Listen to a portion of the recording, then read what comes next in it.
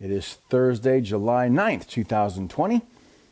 I'm Pastor Thor Ramsey. This is Gospel for Five, where we take 5 minutes out of our day and focus on the gospel and the one who saved our souls. Romans 15:13 says, "May the God of hope fill you with all joy and peace in believing, so that by the power of the Holy Spirit you may abound in hope." We've been focusing on the facts of the gospel, what is now true of you because of what Christ has done. Today we're going to focus on the experiential aspect of believing the gospel. We experience the facts of the gospel, things that are true, whether we feel them or not, through the person of the Holy Spirit. The fruit of the Spirit is love, joy, peace, patience, kindness, goodness, faithfulness, gentleness, and self-control. Is your Christian life filled with joy and peace? Or do you live as though your actions will make God or other people approve of you? Do you have an independent spirit? Do you find yourself overly critical and judgmental? Are you dominated by fears and anxieties? Do you find it hard to forgive others? Now, if any of those things, if any of those questions describe you, it's because of this, the great problem of self. When you trust you can do it, you tend to become self-righteous.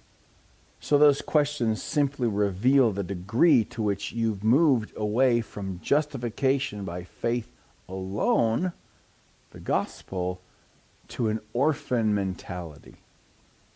What if CPS, Child Protective Services, just removed children from dangerous circumstances and put them in a safe environment, and that's it?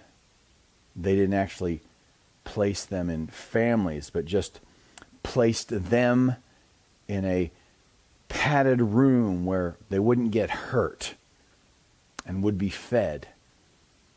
They even might get some toys thrown in. Unless the children were older, then they just remove them and set them out on their own. Is that the help these children need? Or do they need something greater?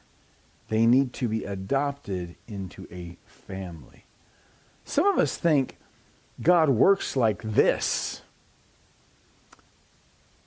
hypothetical version of the CPS, that he just removes us from the dangers of hell and damnation and then lets us fend for ourselves. In other words, we think like orphans.